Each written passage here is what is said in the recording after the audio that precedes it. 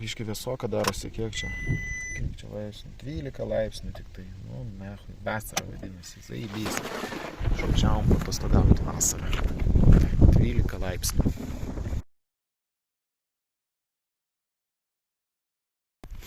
Vienu žodžiu, bandėm davažiuoti iki čia, iki apačios, bet vienu žodžiu, per daug pavojinga, nes galiu ir nebegrįžti. Tai biškai praseisim dar kokį kilometrą.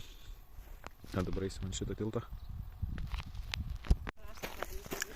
Va, pasiklydom. Ir vienu žodžiu, va, kas kaltininkas, va, mumis nuvedė, ne ten, kur reikia eiti. Kas kaltas? Va, jisai kaltas. Rodyk normaliai kelią, nu. Nu va, pagaliau jisai čia parodė, gal tą teisingą kelią. Čia kažkoks tūlikas. Arba čia tiesiog paletas ir važiai kortai. Nu, va, tūlikas yra. Ir toliau keliasi. Ten, kur tipo reikėtų. Tokia nesąmonė.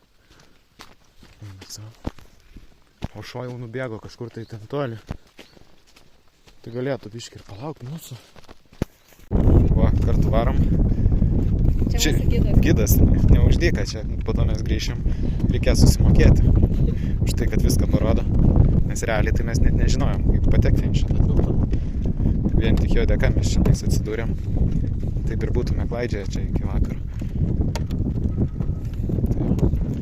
Eisim toliau, žiūrėsim, kaip ta upė ten atrodo. Alio šustrai turėtų būti. Iki tarpinės statelės atėjom. Jam dar 2 kilai liko.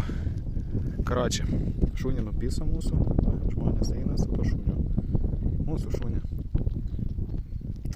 Baisu. Vėl prasideda visokie statumai, šlaitai. O čia karvės ganasi. Tokiose vietose. Eina savo. Ką jūs? Šitas kažkoks į bulių man panašus. Nu ne, kad ten prieš tai irgi žmonės ėjo, lyg tai praėjo. Normaliai. Viso, saugią liniją praėjau. Nebepuls. Va, čia jie neina. Nepraeis. Nu, laukia mūsų. Netinginiaujam, varom. Panižo kažkas jam ten. Einam. Va, visą kelionę su draugeliu, kad nebūtų liūdna, kad nepasiklystume. Nu, rodė kelią. Kur mums eit toliau.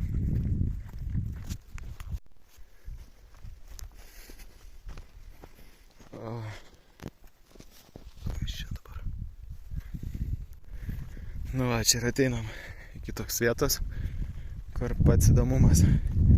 Matosi ta upė, vingiuojasi taip. Vingiais.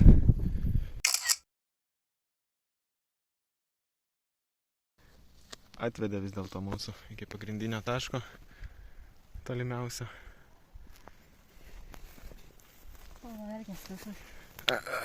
Daug reikalų, daug darbo čia, kiekvieną grupę atvesti. Sunku.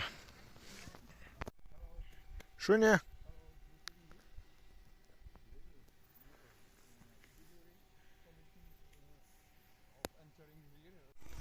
O, žmogus skraidė su dronais. Kažkoks vienas pristojo, sako, negalima skraidyti.